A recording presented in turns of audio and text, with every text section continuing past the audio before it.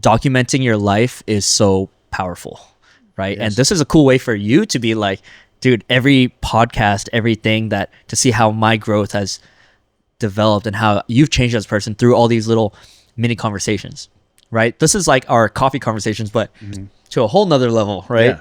And it was one of the reasons why I started to want to document my life more.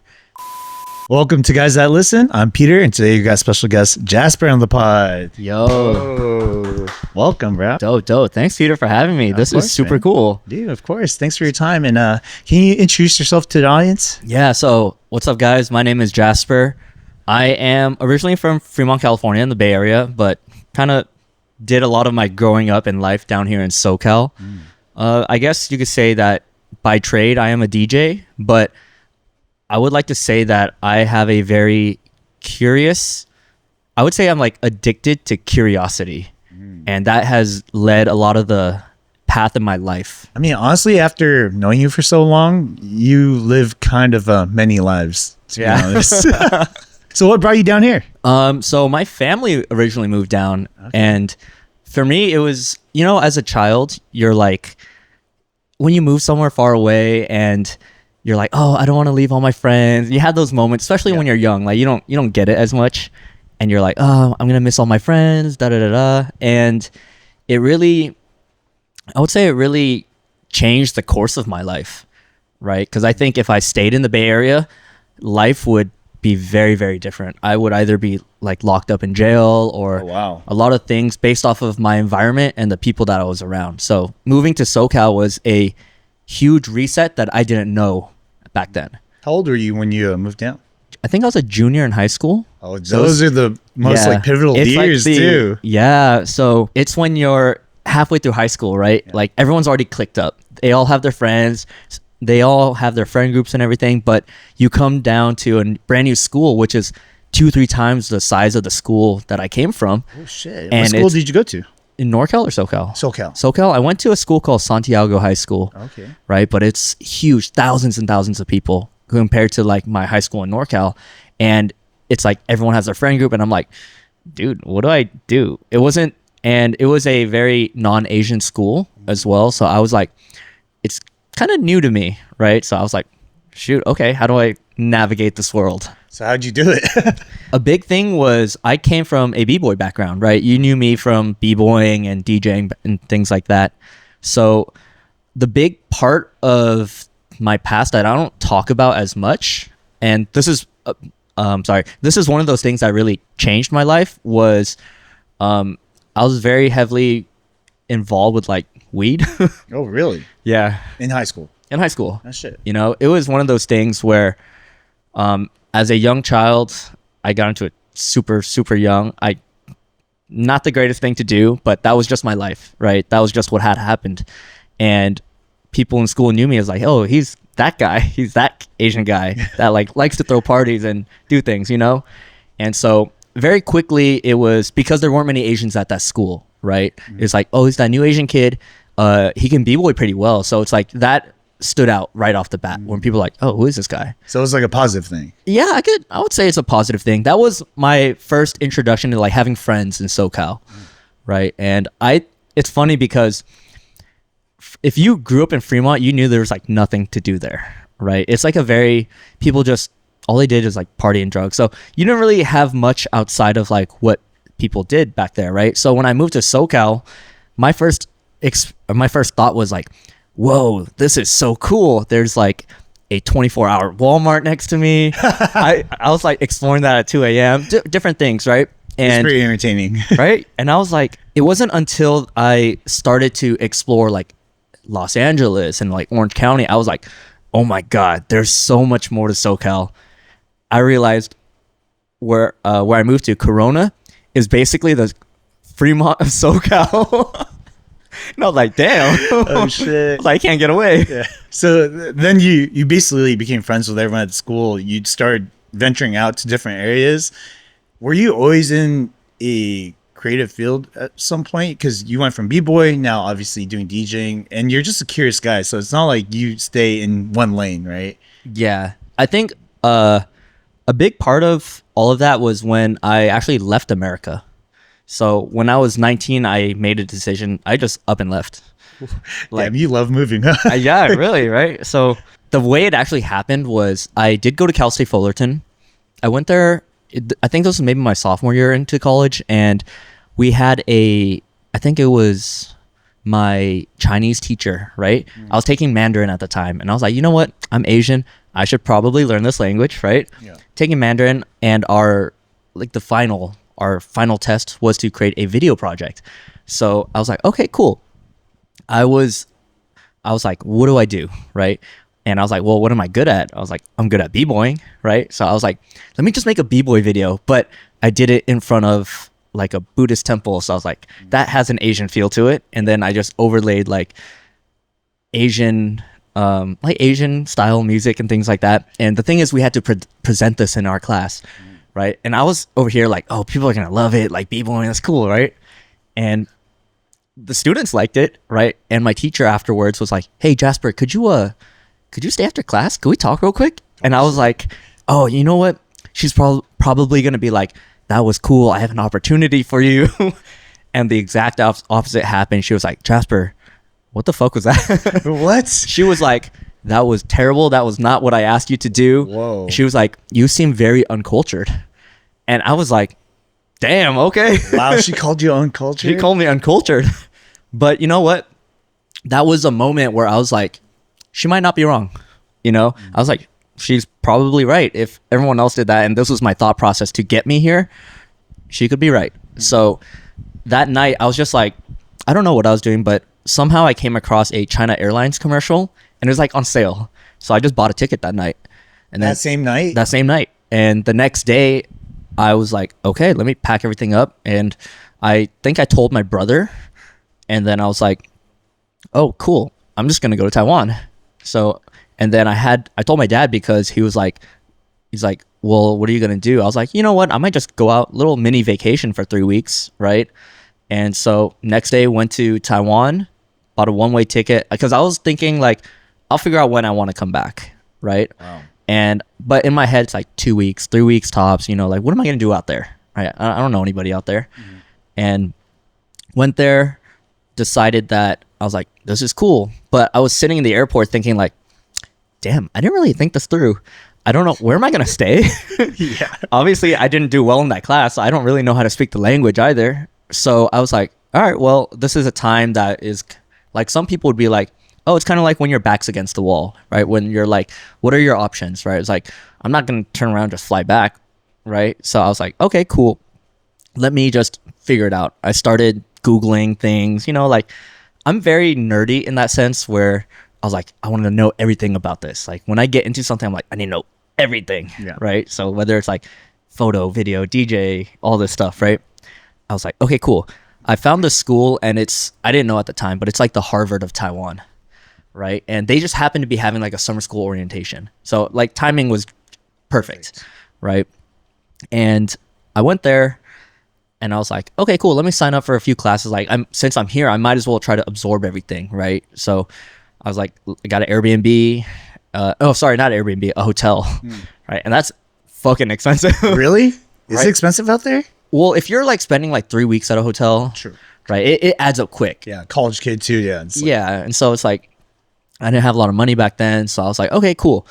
And it started to get really expensive. But during the orientation, I met these two sisters, right? And they just, you know, when people do those like get out of your comfort zone challenges, they're like, let me go lay on the floor, right? And just, I'm trying to train myself to not have people judge me, like stuff like that. Let me talk to a stranger. People's thoughts, yeah. Exactly, right? So they approached me and they're like, they're doing these comfort zone challenges. They're like, hi, da da da. And I was like, cool. They're actually from San Diego. Oh. So I was like, oh, that's cool, right? And I kind of told them about my situation. And then they're like, oh, well, from time to time, you can kind of stay with us if you'd like.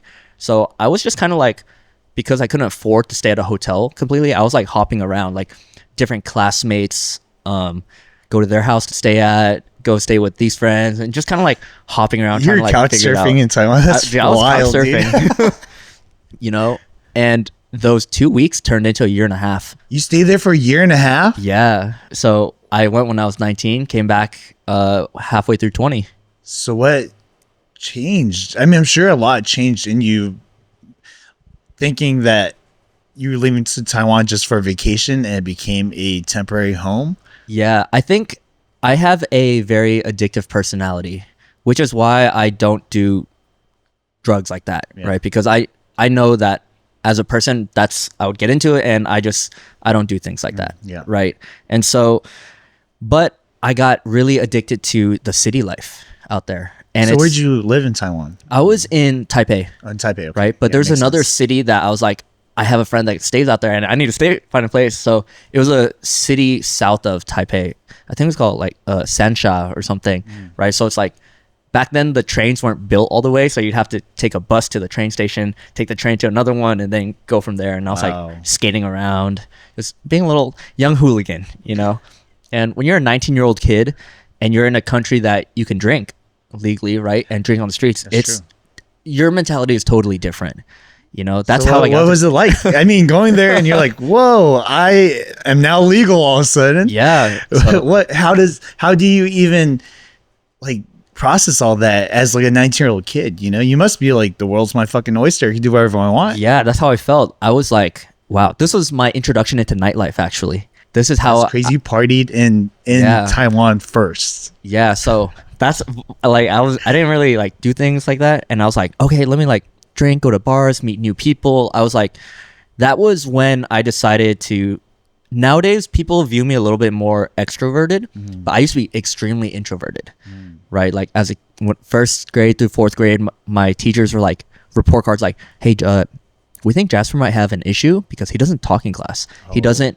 Every time we ask him a question, he's just silent. So my teachers thought I was maybe in special ed or whatever it was. Yeah. I was just super introverted. Like I just kind of existed and just watched the life happen in front of me. You're a fly on the wall. I was a fly on the wall, right? But Taiwan, that experience is what gave me a little bit more outrovertedness, I would say. I started just meeting random people, and I was just like, okay, cool, you know, like go to bars, do this, and it was so bright and new to me, right? But it's like through a year and a half, it's like I ran out of money fast. You know, like nightlife is not cheap. Yeah. You know, you go out to drink at a bar, you're hungry, eat, whatever, you're spending money super fast. So I blew through everything I had within a month. So how did you survive for the rest of the time? It was really random. So I was like, people were like, oh, you could tutor English, right? And I was like, try to tutor English. And I was like, I don't like dealing with kids, right? Actually, nowadays, I think I'm great with kids. But back then I was like, no, I don't like it, right? But it got me by. So I tutored English for some like preschoolers, kindergartners for a little bit. It's easy money because they're like, oh, this kid from California is teaching my kid. So there's some level of like authority that comes with that. Yeah, and like just being from America, that's basically the majority of your resume, right? Yeah, they're like, oh, you're from America? Oh, you're qualified. Yeah. You know? But it's easy, like teach things like this is apple. This is cat. Like what are preschoolers gonna learn? Right? I'm not like teaching grammar. I was just teaching simple words, but they were paying me a decent amount for a 19-year-old kid making like $30-$40 an hour. I was like, That's great. That's great. That's you know? amazing. But obviously that's not consistent, right? Yeah. So super small world of how I got my second job.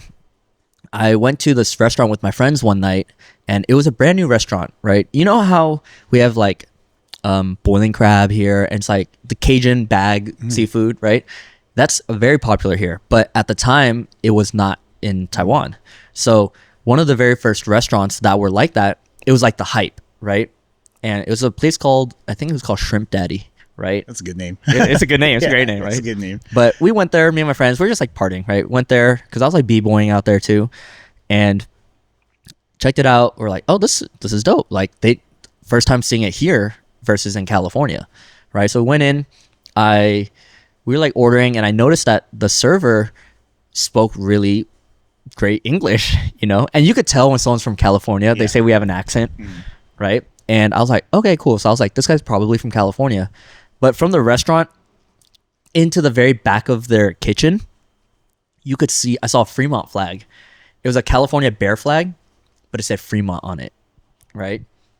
And I was like, man, what are the odds? Like, that's the California flag, says Fremont. And I asked the server, I was like, hey, by any chance, anyone here from California or Fremont, right? And the server was like, "Oh, I'm from Fremont." I was like, "Dude, no way." I was like, "Did you go to this high school?" He's like, "Dude, that was the high school that I went to." I was like, "Wow, what a small world." And I found out he was the owner of the restaurant. Whoa. Right? So it was him and a few other people that actually lived a street away from me where I grew up. And I was like, "Dude, that is a crazy small world." So I kind of told them about my living situation and they offered me a job. Right? Nice. But wow. through that process, it was like, he was like, "You know what, Jasper, your Mandarin, you suck at it. So you can't be a server. So you got to work in the kitchen." And I was like, "That's okay. You know, beggars can't be choosers. Like, I just need to make some sort of income out here." Right. And I was like, "Okay, cool." I mean, like, I think I've like cut open so much squid and like, Oh, really? it's like all that. Cause like seafood boil, right? Yeah. You're like doing that thing. And I was like, "Okay, cool." And after a while, maybe like a few months later, my Mandarin definitely got better because when you're in another country, you absorb it all. Yeah. And it's like, if you want to go to the bathroom, you got to know, you got to be able to read it. You got to know what it says, right? And so they had an underground bar.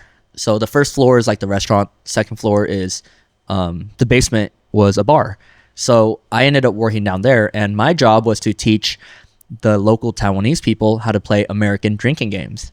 Like Wow, beer pong, really? rage cage. So I was, Shit. and a 19-year-old kid, you're like, this is the greatest job in the world. Yeah. I could drink and just hang out with people and I'm getting paid, you know? So Sounds like the dream. it was the dream. So did a lot of like hooliganism out there, right? And I just kind of did that for about a year, right? And I had a lot of crazy experiences out there, things that I was like, oh, I probably shouldn't have done that. Or like just learning and being in a different country. Yeah. What was the culture shock like? I've never been, so I would say is, especially SoCal, I would say is very hustle culture.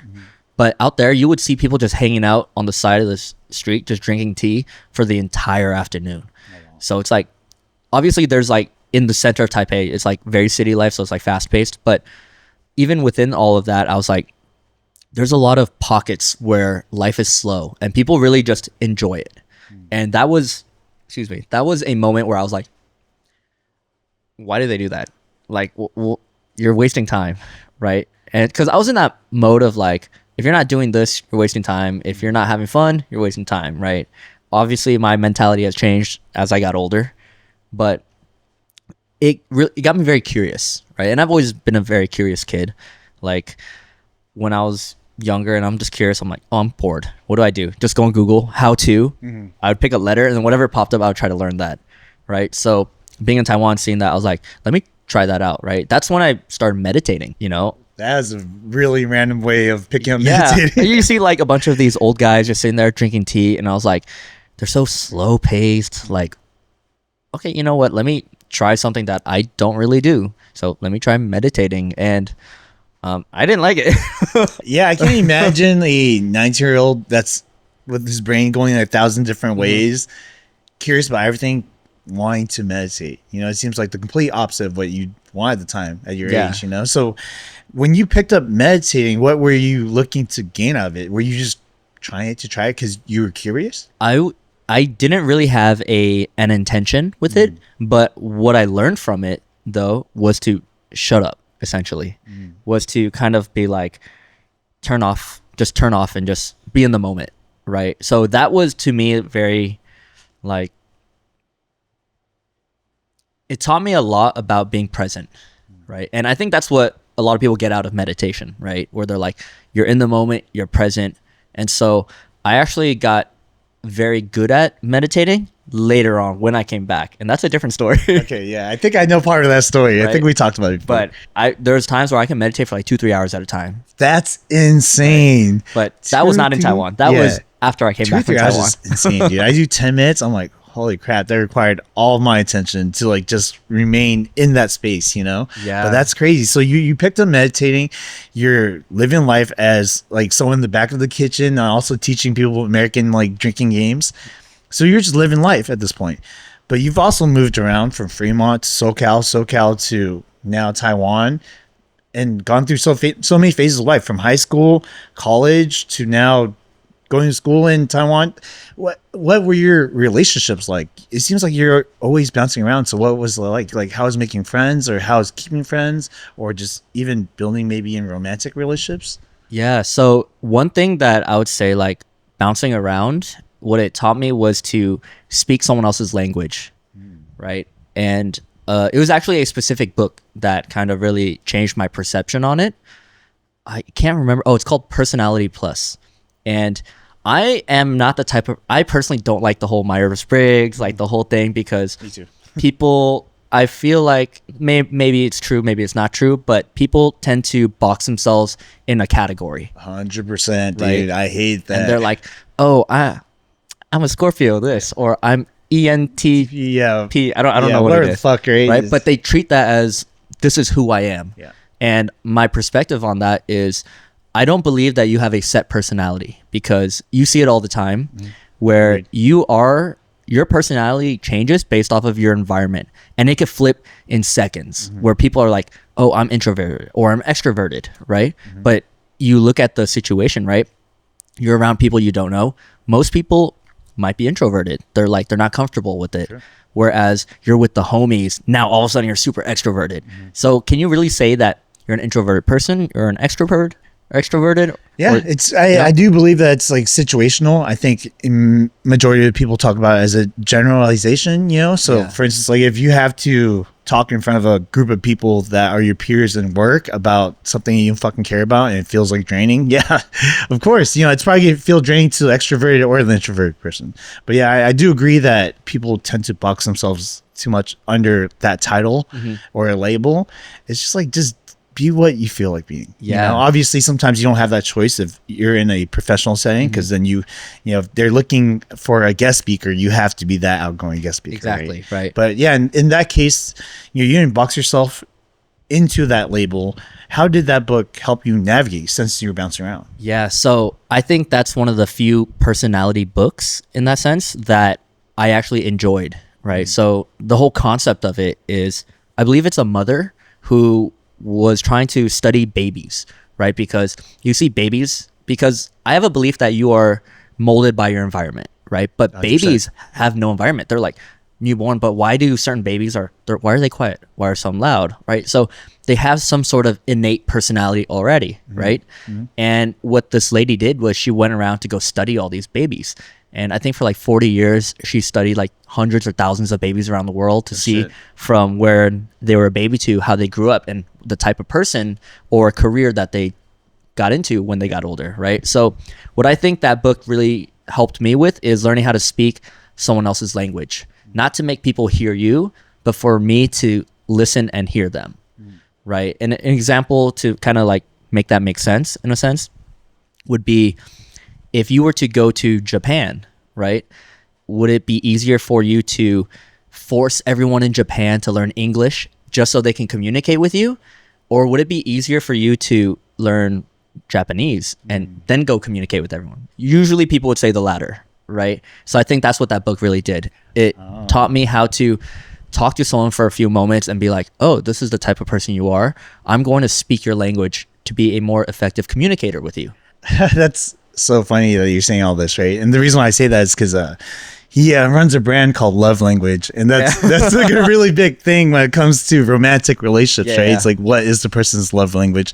Although same with everything else that's labels, like I don't agree that it's just one thing or another, right? I think it's a mixture, and maybe you're more predominantly one or another. Yeah. But in your case, you're just describing that in a different way. Like, essentially, like in the romantic sense is a love language, right? But in other sense, it's like, how do you speak their language? Whether it is like you have to be more animated in the way you talk, or just, if you use certain words, whether it's slang, body language, all these things, right? So you went through that. So what was the language of Taiwan? What was the thing that you had to adjust to?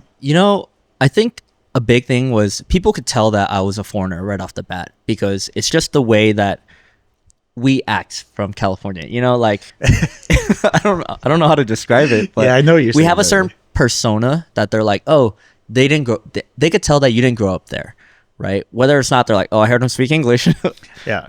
But I think a lot of it was because I was around a lot of people. That school was people that came around from different parts of the world to learn the language. Right. It was like the fast track way of learning language. So I met people from Europe, Australia, like so many different people. And it showed me that damn, this is what this type of person is from this part of the country or this part of the world. And their views are so different from how we view things in California or a different place. And I'm just like, that's what really got me interested in traveling. Cause I know you do a bunch of traveling. So you've probably seen that firsthand as well to see how different the world is. Yeah. And it's in my opinion, I think one of the greatest things that you can spend your money on is traveling because 100% agree. it kind of breaks that bubble of like we know what we have here and we have it great, right? California's expensive, but we have it amazing out here, right? But when you go to different countries, you're like, whoa, like it's so different on how they view the world, how they view relationships, how they're like parenthood. I think parenthood is a huge thing for me. Like that's a big goal in my life is parenthood. And I agree with you 100% about the traveling thing because, you know, I travel. I tried to. This year's been a little slower for me, but definitely breaking that bubble is so valuable, right? Because being from America, because we have it good, I think one of the things that people fail at when they travel is when they try to find places like America or they expect other places to be like America. And it's like, no, you go to these places to learn the uniqueness of that area. You know what I mean? Why are we different? And like, what do we still have in common, regardless of where we're from? I think that's amazing to see. And again, also, I truthfully believe no matter where you go, there's always some kind of gem that you take from that place. Yeah, Like, 100%. no matter where you go, even if the place seems like the place that you never want to go, I bet you there's something that you can learn, whether it's like adversity, right? Like, oh, damn, these people struggle so much. They've gone through so many hardships, but they grind, they fight their way through, and it's like they can still be happy somehow. Yeah, Like, that's something that we take for crazy. granted, like here all the time. Yeah, because out here we're like, it's materialistic, right? They're like, if I don't have that monetary success, it hurts my self-esteem, right? Because we're comparing to ourselves to people on social media. You're like, oh, this 19-year-old kid's a millionaire, but I'm not, and I'm 20 something now, or like I'm 30 something now, whatever that is. And I think it twisted my mind in a bit, being like, oh, okay, I gotta make it financially, right? And being in Asia really allowed me to drop my expectations of myself and the world, not in a bad way, but it's kind of like going back to traveling. It's like when you go out there, people they think about it and they're like, I need to get this out of this trip or whatever, right? And I think when people kind of drop the expectation and kind of let things flow into their life a little bit more, they tend to find the thing that they didn't realize that they needed. And it's crazy because there's been so many times in my life where it's like you're trying to force something and you're like, dude, why is this not working? Like whether it's with a relationship or whatever, and you're just like, maybe it's just that no longer serves me in my life, right? It's time to move on. And I was like, traveling really helped me understand that a lot more. Going through business helped me learn that a lot as well. Just not having expectations. Obviously you want to have goals, but expectations I think are a little different. I agree. And it really showed me like, dude, the world really is your oyster.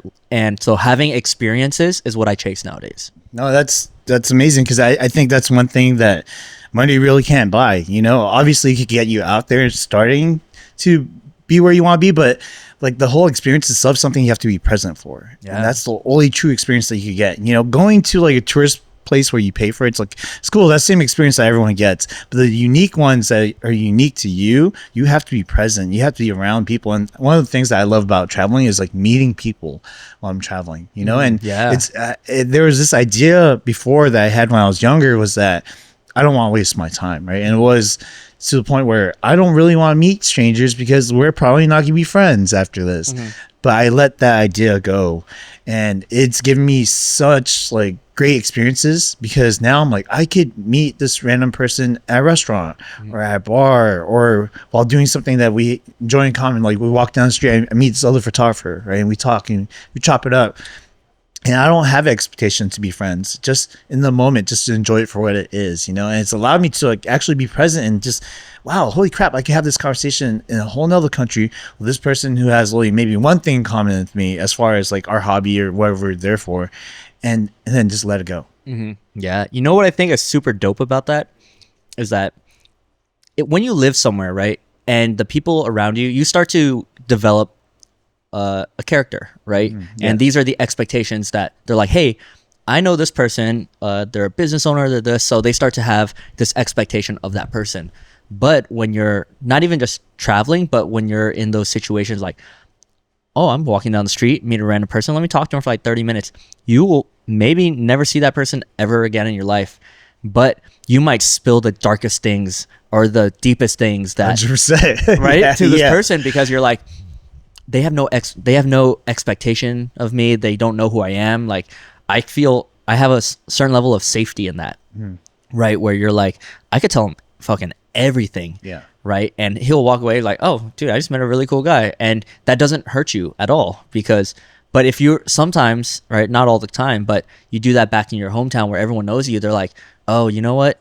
Based off what you said, I kind of see you differently now, right? So I think that level of safety and being able to be like, this is who I am and be like raw with it is super dope. And It to is. have so many experiences like that growing up and traveling, doing that really shaped who I am today. Oh, that's awesome. And since we're talking about that point, did you date when you're out in Taiwan? Yeah. Okay, so now that I got to ask you, because obviously you went for a vacation, it became an extended stay, but you still, I'm sure somewhere knew that it was temporary, right? That you were going to move back or at least like not stay there the entire time? I think part of it was like, I knew I needed to start my life at some point. Yeah. Right. It was just, when do I consider this like, I've had my fill with Yeah. this place? So when you have that thought already, how do you date? Because then it's almost like every person that you date is going to be temporary. Yeah. And I think at that age, you kind of date with that in mind, right? Like, hey, I'm a young guy.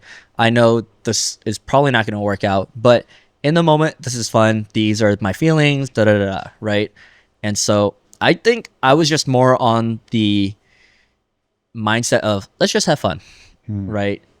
But I think it was like, the things that taught me a lot was the emotion of missing somebody, right? And it was the emotion of like, after this Taiwan trip, I might never see this person again. But they were such a part of my life that gave me that experience that I can't forget that. That's powerful that you could accept that, because I feel like some people will also extend that because they don't want to let go.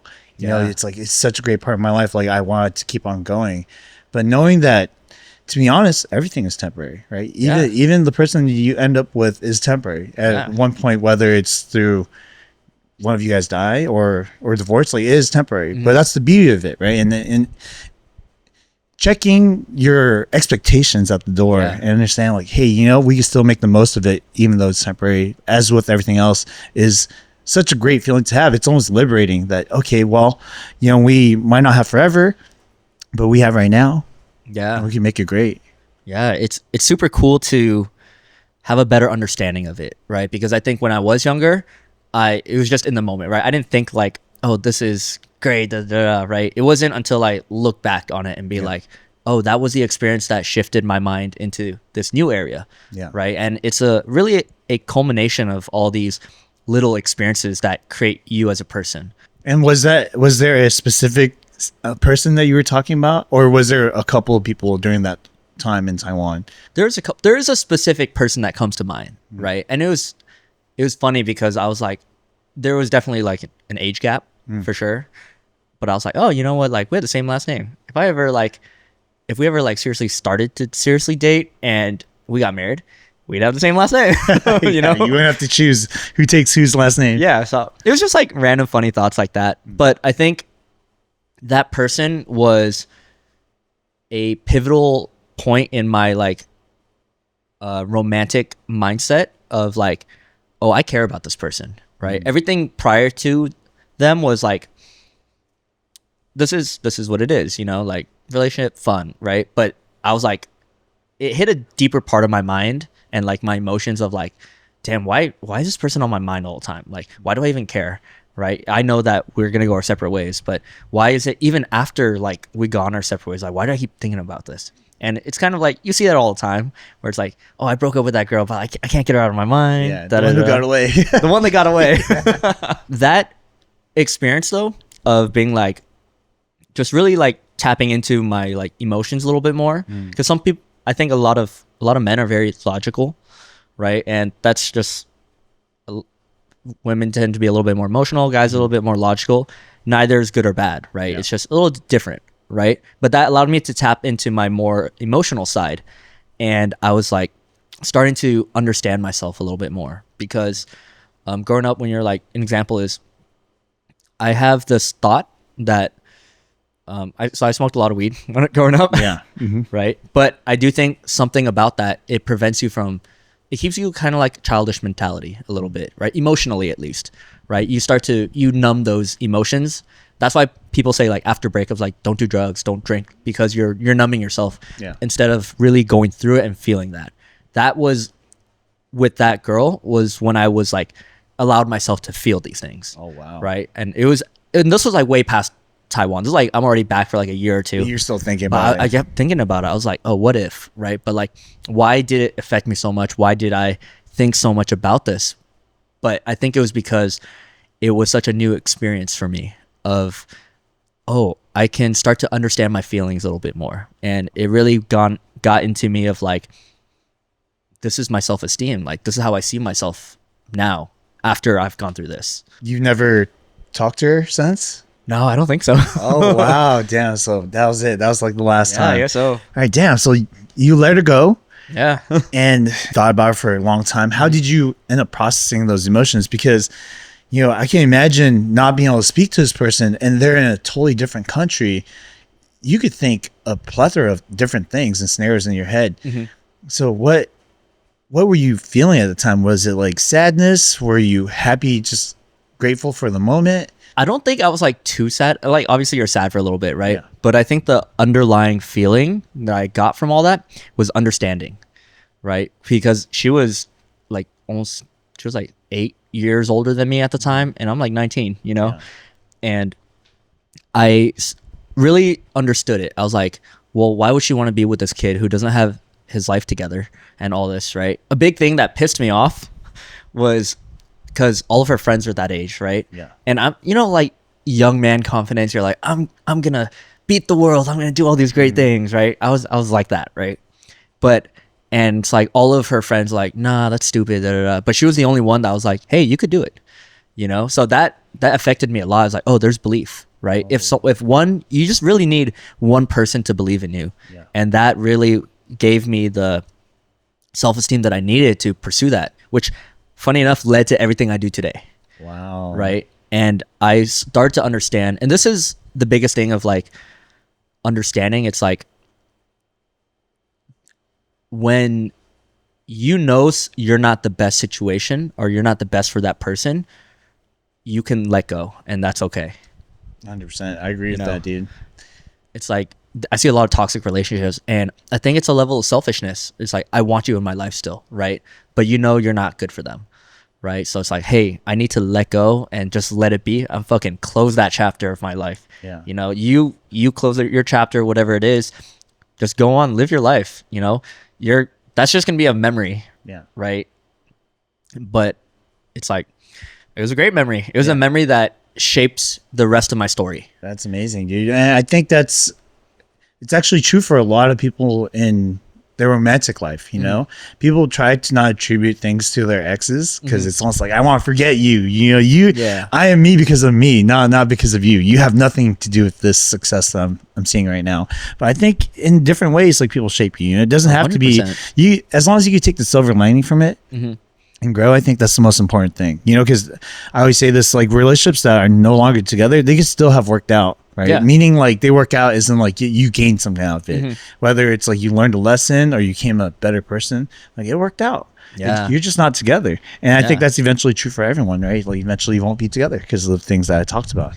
Yeah. And I have this theory, right? And it's just a theory of mine, that people are in your life to teach you a specific lesson. And when they are no longer in your life, you've learned that lesson in some way, shape, or form, right? I've definitely had relationships, not like romantic relationships, but like friendships, right? Where I ruined those friendships because of not thinking about what I said, just not being the best version of myself, right? And I learned a lot from that. Yeah, I can imagine. That shit taught me a lot. It taught me how to put my pride and ego away and apologize. That's hard. That is Yeah. hard for a lot of us dudes. You know, I know I still struggle with that all the time, and you know, I've probably in the last decade found myself to be humbled a lot. Mm-hmm. And I think that's probably been the biggest growth in me as like a person is that, you know, now it's like I look forward to be proven wrong or having to like take a step back and take a look at the whole picture. Because before I was like, oh, it's my way or the highway. Yeah. Well, you're done if you don't agree with me. And it just made everything feel so frigid and like stiff, you know? It's just like everyone was walking on eggshells. No one could be authentically themselves it's around crazy. you. Like, I don't like that. And now it's almost like I want to welcome our differences. I think that's beautiful. You know what I mean? I think we're all very different people and we're unique in our own way and experiences. So why can't we welcome that? And it's funny because I actually had a guest who came on like our last episode, and he, you know, he's religious and he talks about God, and he didn't even know if he could talk about God on this podcast because he was like, yeah, people don't like it when I talk about my religion, you know? And I'm like, no, dude, if it's true to you and it's useful and it doesn't harm anyone, you're not imposing on other people, speak about it, you know, like embrace our differences, you know? I think that's great. And on here too, you know, like whatever you have to say, I know we have a lot of similarities, but also I know we have a lot of differences, you know, even the way that you're talking about things now, I can tell, you know, how different we are as people. And I love hearing about it. It makes it interesting. And going back to that, like only surrounding yourself with basically an echo chamber, that's a egotistical thing. That's, you're just feeding into yourself because you think you're trying to like prove yourself. Yeah, exactly. Right? You You're know, like, oh, I was right about that. Like, this person said the same thing. It's got to be right. Yeah, you know? exactly. So going back to this whole story of, you know, you had to leave Taiwan, come back and start your life back, and you're like, okay, my life has to go on now. At this point, you've been bouncing back and forth. What was the first time that you felt grounded? That I felt grounded. Oh, you know, it's crazy that I don't think it was until recently. Oh, wow. It took me because I came back when I was 20, right? I'm 28 now. And the whole first, when they say like your life goes by fast, like I fucking get that now. I blinked. I'm going to be 30. I'm going to be 29 in a few months, 30 next year. I was like, what happened to my 20s? Right. And I think a lot of my early 20s was I've always just wanted to be good at whatever I did, right? Where it's like, if I'm going to do it, I'm going to go all the way. I'm going to get good at it, right? And I think it was a level of insecurity of why I want to be good, because it's like I felt outcasted a little bit, or I don't know if outcasted is the right word. I just didn't felt like I fit in. And it's funny enough, this involves feel good. Actually. Really? Yeah, and in Viscous. What? Yeah. I came back from Taiwan, right? And it's like all the people I knew in high school, they're off doing their own thing, right? Yeah. And here I am just starting to get into the OC crowd, right? Seeing like, oh, okay, because this is where I just started DJing, right? Because prior to DJing, I was like, let me start a clothing company, right? And funny enough, this leads into everything else now. So growing up, me and my friends, huge fan of Borat, right? Really? So we're just like, very nice, like all these things, right? And so I was like, okay, just as an inside joke, let me start this clothing company, because I'm, you know, your young 20s, you're experimenting. You're like, try this, try that, see what sticks, right? Tried a clothing company, and I called it Bilo, right? Which is now the company I have now, right? But it was a thing because I had a tag on the bottom of the shirt that when you flip it around, it said life's about the small things, right? Because what we were talking about earlier was that your life is a culmination of these small incidents that has happened that shaped you, right? Yeah. And very quickly I realized I don't fucking like doing clothing. Maybe 6 months later, I was like, I don't like making designs. Like, I didn't see myself as a designer. I was like, fun, whatever, right? But I've always been in the b-boy scene, right? So I was like always around DJs. That's when I was like, well, let me buy some turntables, let me buy some records and try to teach myself, right? But through that process, I was like, this shit's fucking hard. Let me look for a mentor, you know, which is how I stumbled upon Academy, right? Academy of DJs, super, super dope. Shout out to them. But well, that's us, right? Yeah, it's just, you know. Yeah. Right? But that process is when I started to meet everyone DJing clubs, right? Like Feel Good was a very prominent name in Viscous. There's so many of these names out there, but I always just felt like I was never part of a group, right? And so there is a level of insecurity. It was like, okay, I need to like get good so I can be recognized, right? And so that was always like the reason in my 20s at least, like if I'm going to do this, I'm going to get really good at it to the point where I can't be ignored, you know? And it was really just to fill a certain insecurity of mine, right? Because when you're really good at someone, people will look up to you. They're like, dude, that guy's fucking great at what he does, whatever it is. So that was my way of being like, I want some sort of recognition, right? So let me just get good at this, right? And then through that, I was like, I want to stay around the fire and be recognized, you know? When you see, and I'm sure a lot of young DJs as well, when they see people around them doing better, there's this level of like, man, why not me? You know, like why do they get to do these events? Why do they have this level of success, whatever it is? And looking back on it now, I'm glad it happened that way because it was the long game that I played, right? And so that process really taught me a lot of patience, right? And I was just like, things don't happen overnight, right?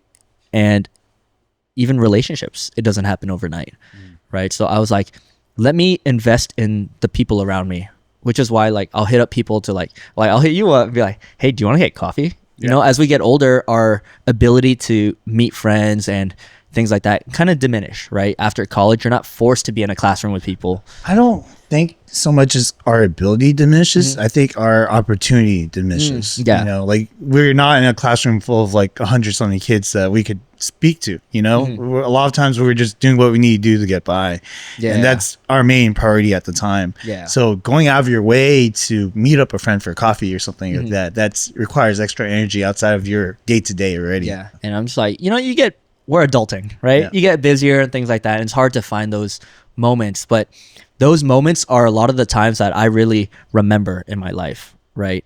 There was that time we got coffee, we both pulled out our Osmo Pocket, right? We're like, whoa, that's crazy. Or the time that Donovan took me to go drink wine, right? And I was like, whoa, I learned so much about this person. Or it's just those moments where you have those one-on-ones, right? And you're like, I know of you, but how well do I know you, right? Sure. And so that's something that I want to really put an emphasis on my life, is to take the time to sit down with people, for myself at least, to be like, just be like, okay, I know you're a DJ, you're cool, you're dope, whatever, like, but like, why are you like this? You know, like, how did you get to this point where like you think this way, whether it's good or bad, right? Because pros and cons to everything, of course, right? But it's really cool. It's fucking fascinating to me to be like, this person had this experience, oh shit, like I never would have thought that you went through that,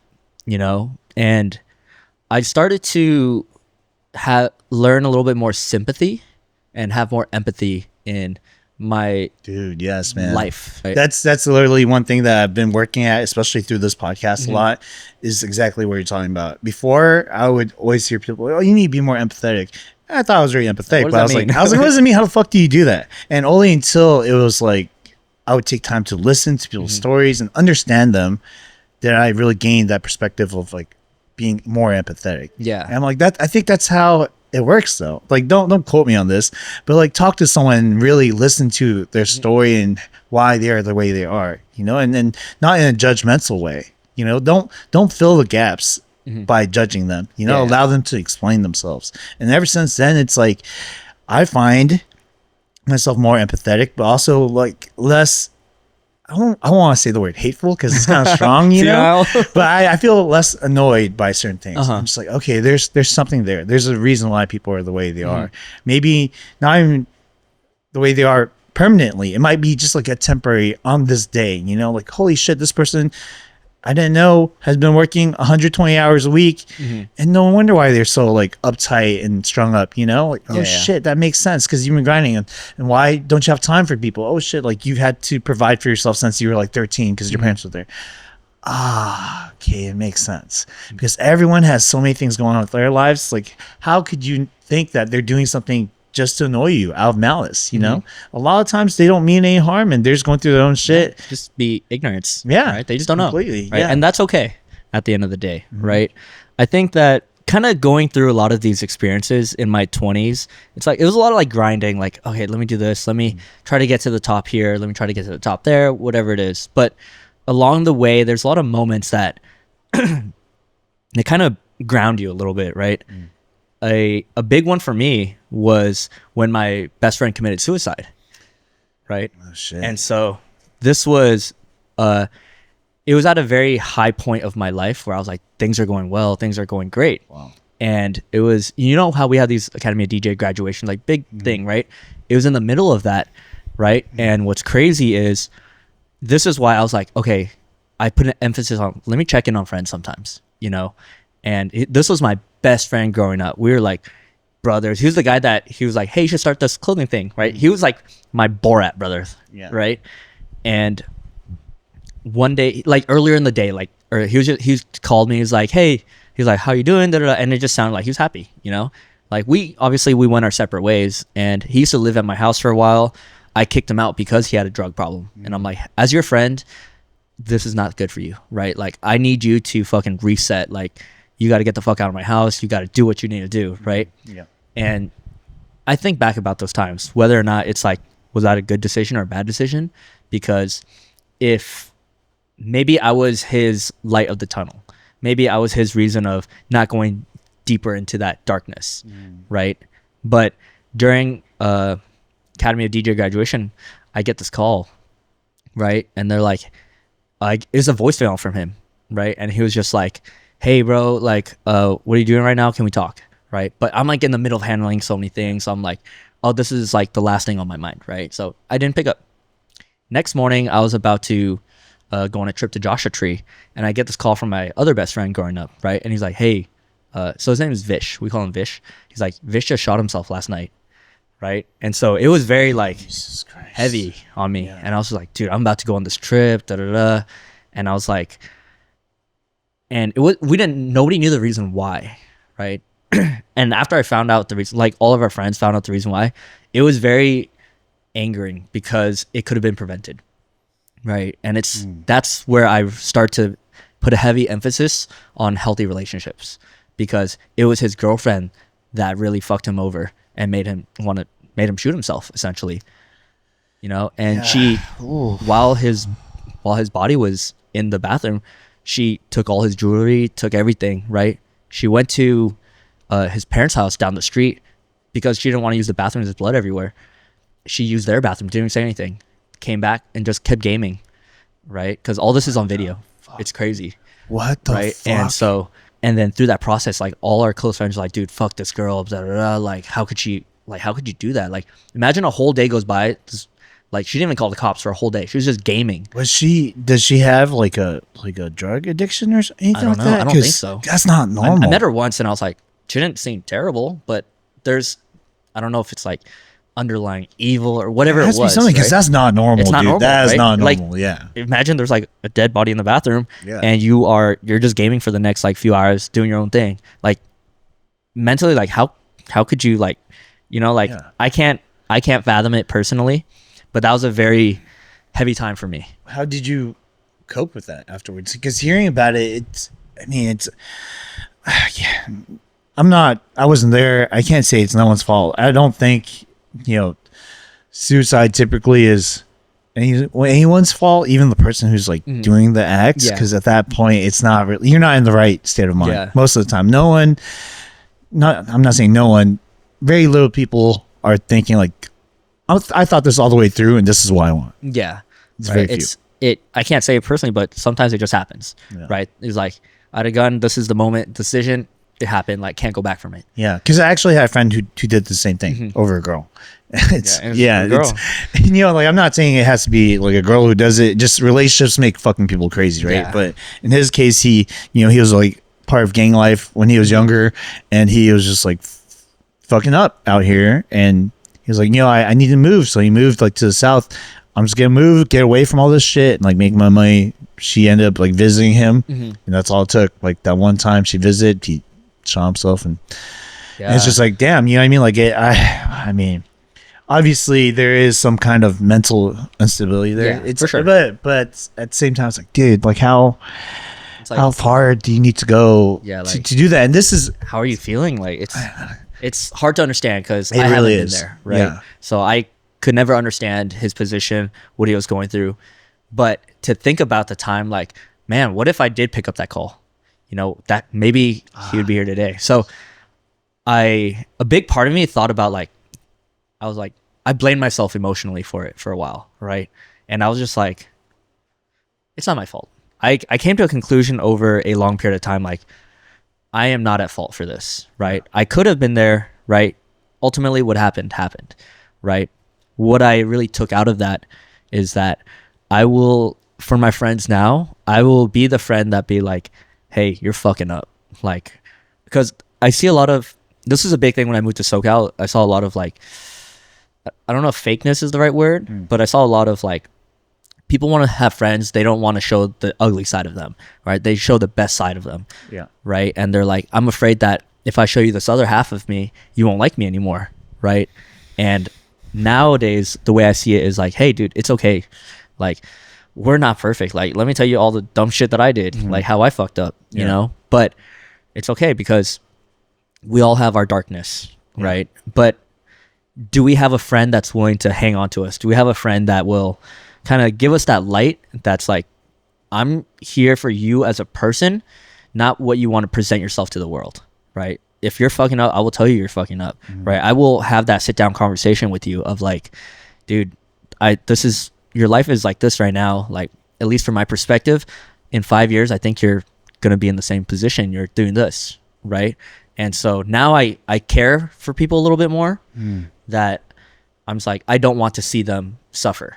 Yeah. Right. But I think suffering is part of the process, right? There's different levels of suffering. Of course. Right. I want to be able to be there for people that, to prevent the future suffer. Yeah. And also, I believe that there is necessary suffering. Yeah, 100%. That's like part of growth. And there's unnecessary suffering where it's like you're imposing it when you should be past it.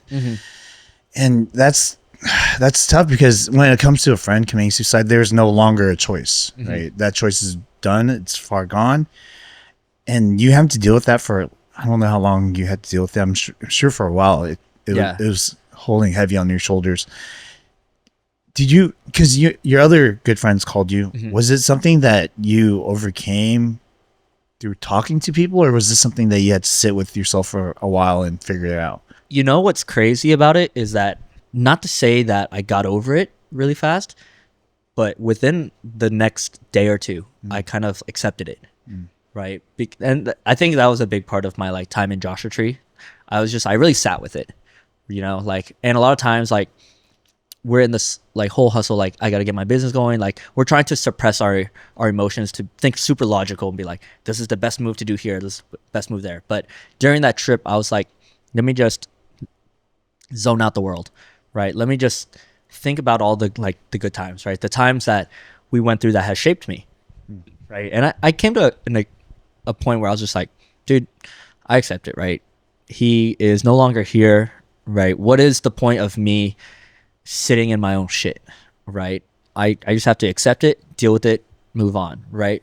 But that was a level of understanding for myself that life happens, right? And the thing that is really big for me is it's not what's going to happen to you, but what are you going to do about it, right? And I've seen a lot of death in people's families, whatever it is, where they allow that to affect who they become, where they take it and it taints their life, right? They're like, if I never did this, like he would still be here, that whatever it's like, right?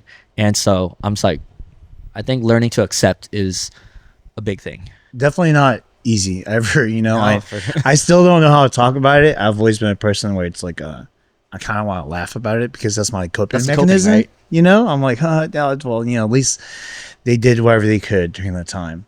But realistically, no one wants to lose a loved one, but that is also part of life. Yeah. You know what I mean? For you to have those moments and a friend that was so close to you, that's amazing. That's a luxury. You know, some people don't ever have that. And for him to pass is unfortunate, but at least you had those times, you know. And again, going back to everything being temporary, like if you got value out of that friendship, then you really want, you know. And in a certain way too, like I'm sure the memories that you guys had together, it's still in you, just like how everything that you've been talking about, how these moments, these experiences, these little situations have built you up to the person that you are today. Yeah. And I'm sure he was a huge part of that. So definitely. All these like experiences, all these little things that added up really confirmed something with myself, at least, of that as I get older and I accumulate more experiences in my life, that I do want to, like, a big life goal of mine is to be a great parent, right? And that's like a driving force of why I want to do well in business, why I want to do all this, because parenthood, in my opinion, is how you change the world, right? Because as a child, you really only know what your parents have shown you, right? You're not molded by school and other kids yet, right? So there's a level of innocence and you just take in the world, right? And I have this, I'm about to be like daddy issues, mommy issues and shit. But like, there was a big part of me that wished my parents taught me they wait a certain way, right? For those that are like a lot closer to me, they know how my family life is, right? Crazy mom, dad's more of like a homie. Like, it's like, I felt like I never really had a father figure, right? He was there, right? He's a great person, but he's a homie. Like, I did what I did and it was just like, okay, cool. Yeah. Right. So for me, it's like, I want to be a full-time dad, right? One day, right? Not now. Yeah. One day. I'm not there yet. But what's crazy is that came to my mind a long time ago. Like when I was like 17 or something. You just knew. Yeah. I have a book that I've been writing since I was 17 for my kid. Oh shit. Yeah. Jacob came over the other day and I showed it to him. A book. Okay, so what is this book about? It was just when I was in Asia, I got this I was at this Buddhist monk and they gave me this like really cool like journal thing, and it was so cool that I was like, this is special, you know. And I didn't know what to do with it, and I just kind of like jot down like life lessons I learned along the way, right? It's not like a story or anything, but it's like, this is a lesson that I learned that has shaped who I am, right? And so I think that if I write this down, because we all have shit memory, you know, we're not gonna remember things, which is why I got into photography, and I'll talk about that in a second. Okay. Right. But it's like life lessons that shapes who I was and I want to pass on to my kid, right? Because maybe they don't do anything with it. That's cool, right? But I think it's more for me. It's more for, can I tell this story to my child? Because that's how you pass on tradition, memories, everything is the next generation. That's dope. You That's know? a great idea. Nice. It's like halfway full. Okay, so now that you're where you're at now, you still want to be a dad, not anytime soon. Anytime soon. But in order to be a dad, well, at least now, present day, Yeah. you have to be in a relationship, right? You have to date. Yeah. And you have to find a person that you want to have this child with. You could just adopt too, but Yeah. But in your case, right, through these lessons that you're building for your child, your future child, what are ones that you've learned through the relationships that you've cultivated, and the ones that you've been in, the ones that you're no longer a part of? Like, what are some experiences that you feel like has shaped you into the person that you are now dating?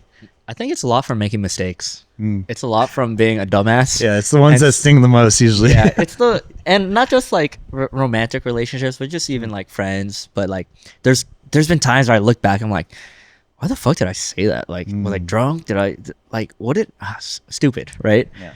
And a big one is, I think, not being able to see from another perspective. And that's something I like pitch a lot nowadays, is try to look from different perspectives because of that, where it's like, this is my selfish perspective in this moment. And that has led me to not think of all the other possibilities, and just, it gives you that tunnel vision. You're like, this is what's happening right now. Like, this is what's true in the moment to me, or whatever it is. And it's like, I fucked up, man. You know? But it taught me a lot. Be like, dude, like, before I open my mouth, right? Because a lot of us guys are very impulsive. You know, we'll just say shit. You know. But I was like, okay, let me just slow down real quick and be like, let me think of like, why did they say this right now? Like, what is their perspective? What is, if I were in their shoes, is it warranted? Is it like, are they just being selfish right now too? Like, it could be both ways, right? Yeah. And for me, it was about slowing down. It was about, can I just slow down and like, I don't know if analyze is the right word, but just let me just look at the situation and try to not be critical. Going off what you're saying. Yeah. For me, if I'm ever in scenarios like that, I almost wouldn't even call it analyzing. It's just processing. Yeah. Because usually when you're in the heat of the moment, it's people usually just tacking on more and more things. So how do you sit there and process everything that's happened and why things are happening and the context in which it's happening if you just keep on adding more things onto the plate? Yeah. Right. Instead of just sitting there and like, okay, this happened, all these other things happen. Like what am I feeling right now? Like, why am I feeling this way? And why is this happening? And why is this person talking to me the way they're talking to me? And I think through, because I'm not a serial monogamous. I'm not a chronic dater. I do end up in a lot of long relationships that are like as far as 10 years and very least like a year or something. So they're not short by any means. So I find myself in a lot of different scenarios because you go through phases in relationships, right? I truthfully believe that. Some people like to accelerate their phases. I like to believe that you should take your time with people. I'm with you on that. Yeah. I like to take it slow. Yeah, it's crazy when people get married in like a couple months. Again, nothing against it. If it works for you, cool. Yeah, exactly. If it works for you, cool. But for me, like, take your time to go through the phases because each phase tells you a lot about someone. And sometimes you don't get enough clarity to know who they are as a person if you move on to the next phase, right? Because you have your dating phase where you're just talking, right? And typically a lot of times you're not going to see a 360 of the person. You'll see maybe one side of them, and usually it's their best angle, right? And that's the angle that you want to see, right? Yeah, exactly. You're trying to like, I'm gonna phase everything out. Yeah. Not see all the red flags. They always take picture on this side, never on the other side. Yeah, exactly. And then you have the phase of like the the honeymoon phase, right? Which is like where you take things more seriously. There's a certain level of commitment to each other, but you're wearing rose-colored glasses, and you're also not the best judge of your significant other at this point, right? Because now you have all these feelings, and judgment could be clouded. And then you have the phase of like, oh, let's flesh things out and let's really get to know people and put ourselves in scenarios that we've never been in, right? Maybe very imperfect scenarios that there are awkward and hard conversations to be had. And that's when you really get to know someone, right? And it goes back to like what you were saying about friends and relationships in general. Like, oh yeah, they don't want to show you the worst side of them. But if you're with someone long enough, you're going to find that about them. And I think that is like a phase that everyone goes through, longer than just relationships. As far as romantic ones, I've had friendships that now have gone past like 2.5 decades, Wow. And these friends I'm still learning about. We're now in our late 30s and we're still learning about each other and even ourselves because we also change. I think that's the thing. We're ever evolving, right? So who you were in your 20s, you're not gonna be in your 30s. So you don't even get to know that person that long because they change and they shift. So you have to sit in it, right? That pocket of time that you have with them and learn as much as you can and like really dig and then address the awkward conversations because it's really easy to have fun. It's fun like, is talk about like all the good times. Fun is a very common thing. Everyone gets to have fun, right? But not everyone gets to go in depth with the people that they care about. And that's what I've noticed is that especially working in the nightlife industry, you get a lot of surface level fun. 100%. And very little like in-depth connections.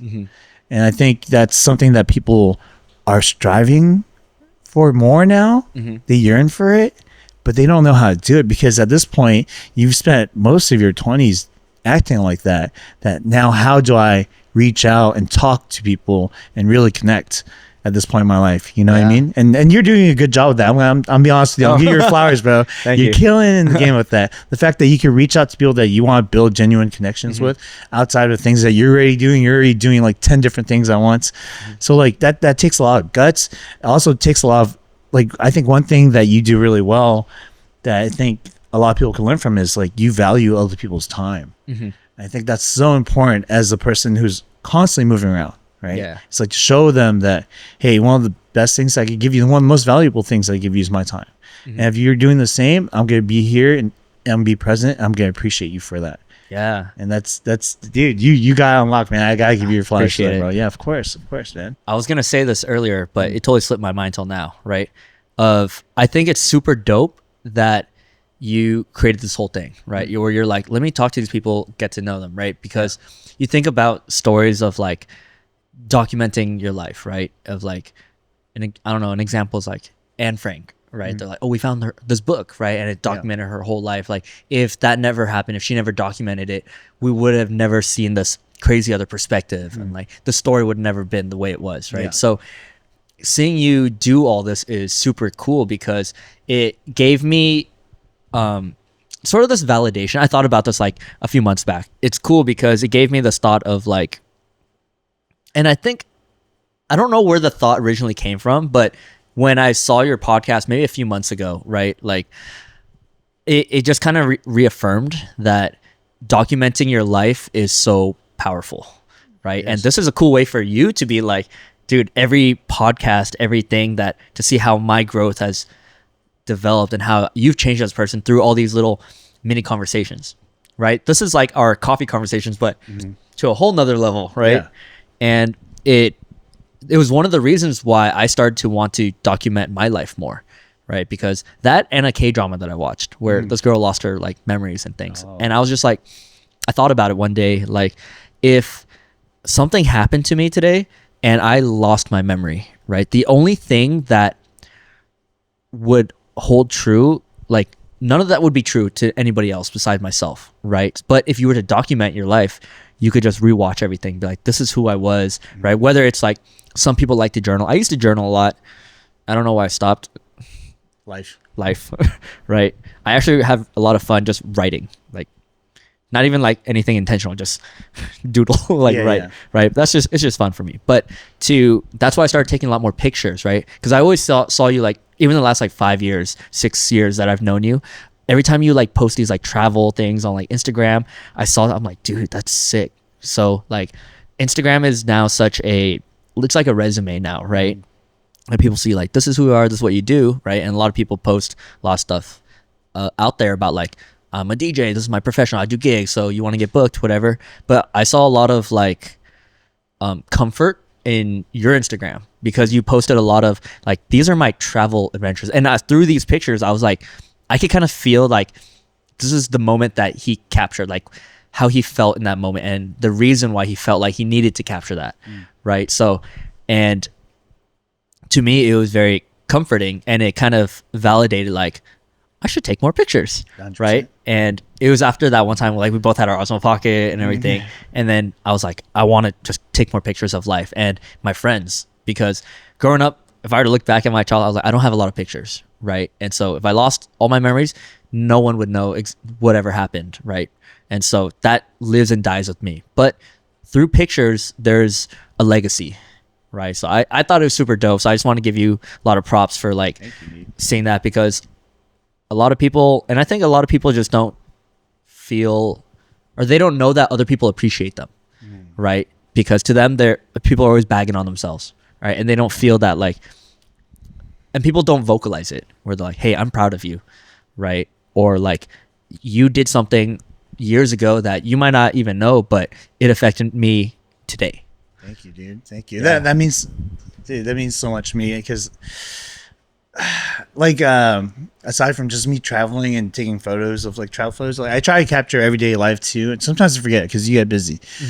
And I try to capture like the mundane, because I think that's the reality of things. And I think in the way people are curating their things is a little inauthentic, to where it's just a highlight, like the hustler's always hustling, you know what I mean? The travel vlogger's always traveling, the foodie's always eating. Like that's great. I mean, it's great for inspiration, but it's not the truth. Yeah. And I think I want to live my life as true as possible. And in a lot of ways that might set me back because it's not helping me grow because it's too divided and cluttered. But to me, that's authentic, and if that's the route and the pace I have to take, then I'll take it that way. Because, going back to just documenting, like I heard this story and I try to do this more now intentionally. Is that everyone takes pictures of food, right? And this guy, I believe he's a chef, and he talked about his dad, and he was making a dish that reminded him of his dad because it was their comfort food. Okay. And he just thought about all the times that he took pictures of food, and he didn't take pictures of the people that he was sharing the food with. And that one person that's no longer with him is his dad. His dad had passed, and he wished that he had pointed the camera just a little bit higher to capture his dad, because to have it like to have the memory there, So now I'm trying to be more intentional of just not capturing the food. And I understand it being maybe not the most greatest addition to your resume when you add like a person in there, but in your own personal thing, you know, if it's your own personal page or something like that, Right. like do Who's it it for for? yourself. It's for me, Yeah, you exactly. know? It's for you. You know, I think now people are coming around to like just those more authentic versions, right? Not everything is like set up perfectly. And yeah, I think it's very powerful to document your life. And I think for the longest time, I had a hard time doing that too prior, because I felt like it was a little narcissistic in certain ways, and you just have to overcome it because you have to believe that there's value there, you know, at the very least just for yourself. You know, if anyone can gain value out of it, even better, right? Like to me, even having this podcast feels narcissistic at times, right? I'm like, who the fuck wants to hear me talk?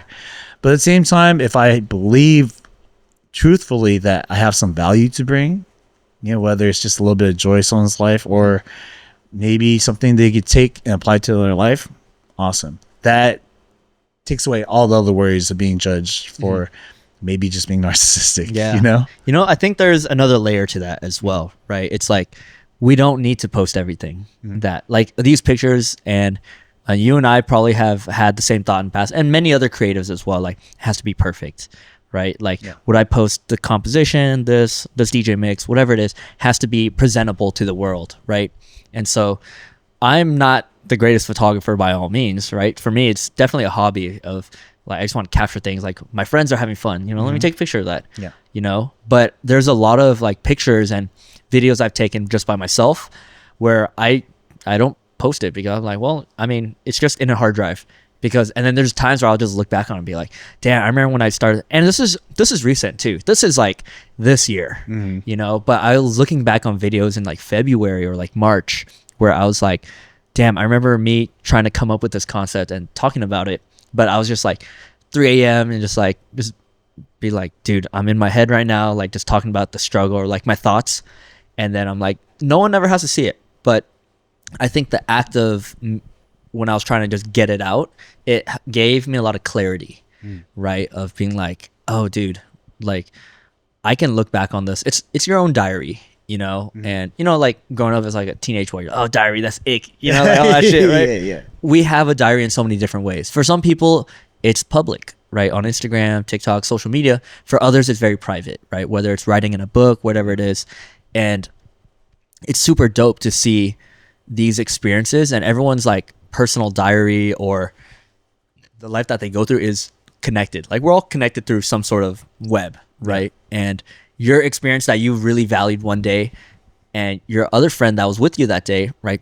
They might be writing about that in their own way, right? And you guys will never know because it's your own personal thing, right? But that web is like, there's so many experiences that are interconnected that it's really cool, right? And you might years down the line realize it and be like, whoa, I didn't realize that we were both struggling at the same time. Now that we're both doing well, whatever it is, it was either the struggle or you were happy in that moment, but I was actually sad, right? And what is the story that connects that moment? Yeah, dude, that's awesome. That's an awesome way to think about it, because I think we're so busy going through the motions sometimes that the documentation of just not even the highlights, but the struggles or just literally just brain dumping on something is really important to see how much you've grown. You know, I have a very hard time looking back at things.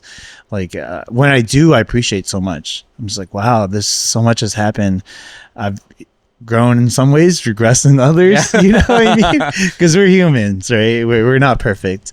And it makes me happy because like I've come to accept my flaws and the flaws of others. And I think going back to understanding others and becoming more empathetic, you're just more accepting of like the things that everyone else does when you accept your own flaws, you know? And to look back, I'm like, wow, I can't believe I was such a shitty person at one point, you know, and such a degenerate in other points, and just finally be okay with it. Yeah. You know, it's a weird feeling to be at peace. I think a lot of people don't get that because they always strive for the next.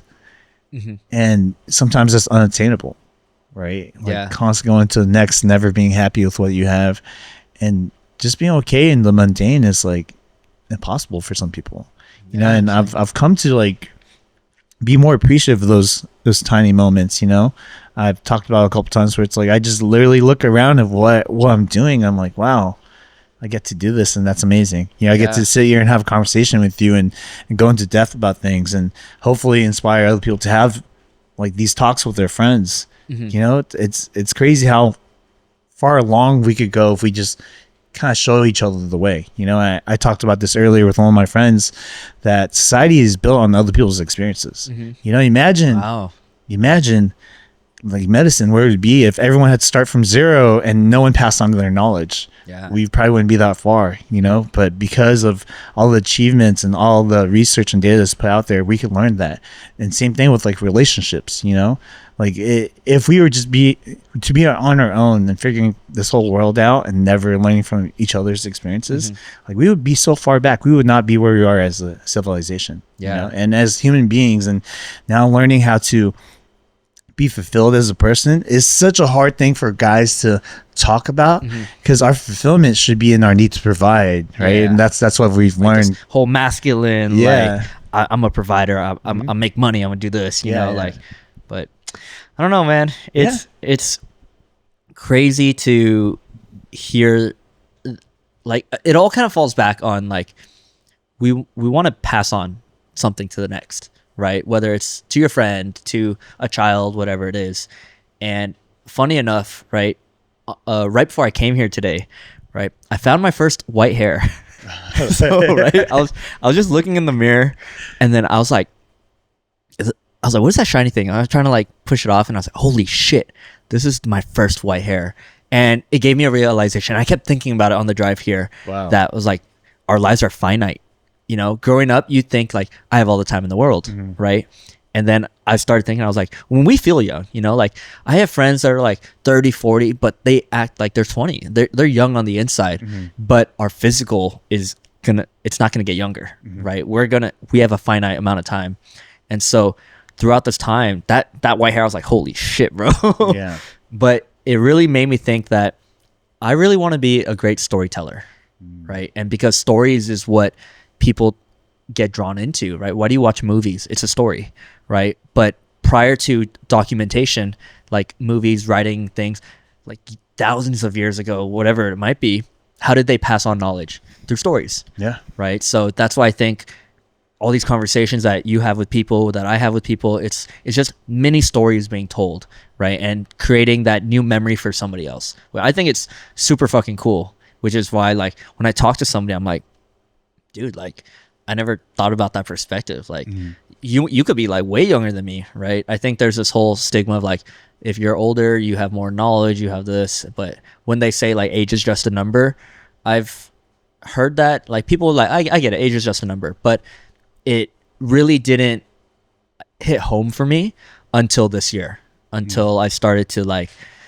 talk to younger people and to really hear their experience and to like, dude, I'm fucking learning a lot from young people all the time. 100%, dude. And that's why when they say like older people, they're like the young generation, like they bring so much freshness to everything. So I'm like, I feel like I understand that a lot more now. So I actually have 3 questions for you. Yeah. For my first question, it's what makes Jasper uniquely Jasper? What makes you you? I would say that what makes me me is that I don't feel the need to force people into a mold, right? And I think that changed over time, but what makes me me now is that I want to create an atmosphere where people can feel like they can develop themselves, right? And that they can take the time to grow into what they want to be. And I just want to create that for people, that feeling of that that it's okay to experiment. It's okay to do different things. And I think for such a long time when I was younger, I felt that box, right? So which is why now that I'm a little bit older, this is what I think I do well, is to allow people to grow into what they want to grow into. Let them expand into a mold versus Yeah. build a mold for them to fit into. Yeah. Gotcha. Okay, cool. Second question is, what was a monumental event in your life? It could be good or bad. That's forever changed the trajectory of your life. A monumental event. We talked about it. Taiwan was a big thing for me. One was actually just not completing college. Oh, wow. because it showed me that you don't have to follow the line that everyone follows. So that me watching all my friends graduate, that the moment was when I saw all my friends graduate and I was not there. I was like, and I'm like, so far I'm doing well, right? So that moment was like, I don't need it. You can make life how you want to make it. And that's what changed my mind for everything. All right. Another question is, how do you want to be remembered? How do I want to be remembered? Ooh. I want to be remembered as that dope old dude that really just has life to him, right? Where he was able to take all these experiences and tell stories, right? Because I think kids love that. You know, when you're an old guy and there's a bunch of kids around, you're like, let me tell you a story, right? So I really want to be remembered as a great storyteller. And usually I stop there, but I'm going to ask you a bonus question because I'm curious, right? So my bonus question is, how did you achieve 2 hours of meditation, and what do you get out of it? All right, let me tell you how this happened. Happened when I came back from Taiwan and my parents thought I had a drug addiction.